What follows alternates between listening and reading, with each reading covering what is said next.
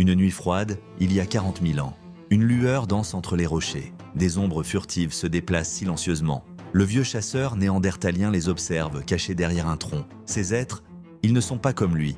Ils sont plus minces, plus agiles. Ils chuchotent entre eux d'une manière étrange, leurs mots fusent, rapides, incompréhensibles. Ils ne l'ont pas vu, mais lui, il sait. Son monde est en train de changer. Et cette fois, il n'est pas sûr d'y survivre. Pendant longtemps, on les a dépeints comme des brutes épaisses, des êtres primitifs voués à l'échec. Mais était-ce vraiment le cas ? En réalité, Néandertal était un maître de la survie. Il a régné sur l'Europe pendant plus de 300 000 ans, bravant les âges glaciaires, affrontant les prédateurs, perfectionnant son savoir. Il savait faire du feu, confectionner des outils sophistiqués et même prendre soin des membres les plus faibles de son groupe. Mais alors, pourquoi a-t-il disparu ? Il y a environ 40 000 ans, un nouvel acteur entre en scène, Homo sapiens. L'histoire officielle voudrait que nous l'ayons supplanté grâce à notre intelligence supérieure. Mais est-ce si simple ? Les preuves archéologiques montrent que les Néandertaliens n'étaient pas moins intelligents que nous. Certains sites révèlent des échanges culturels, des mélanges entre nos espèces. Alors, qu'est-ce qui s'est passé ? Théorie 1, le climat. Le dernier âge glaciaire a drastiquement réduit les ressources disponibles, et Sapiens, plus adaptable, a su mieux y faire face. Théorie 2, la compétition.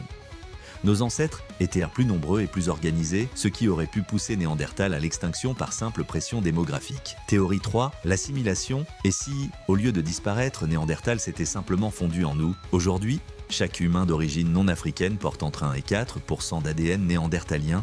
Et si, au fond, Néandertal n'avait jamais disparu ? On a longtemps cru que seuls les Homo sapiens y avaient des rites funéraires. Faux. Dans une grotte oubliée depuis des millénaires, des os reposent sous une fine couche de cendres. L'analyse révèle quelque chose d'étonnant. Ce néandertalien a été enterré avec soin. À ses côtés, des fleurs fossilisées. Quelqu'un, il y a des dizaines de milliers d'années, a pleuré sa mort. Qui a dit que Néandertal ne savait pas aimer ? Mais ce n'est pas tout. Nous avons retrouvé des coquillages perforés, des pigments ocre sur leur corps. Ces êtres, que nous pensions primitifs, peignaient peut-être leur peau, s'ornaient de bijoux. Et si Néandertal avait lui aussi un art, une culture, une histoire que nous ne connaîtrons jamais ? La rencontre entre Sapiens et Néandertal n'a pas toujours été pacifique. Certains indices laissent penser que nous les avons peut-être combattus, mais d'autres nous montrent un tout autre visage.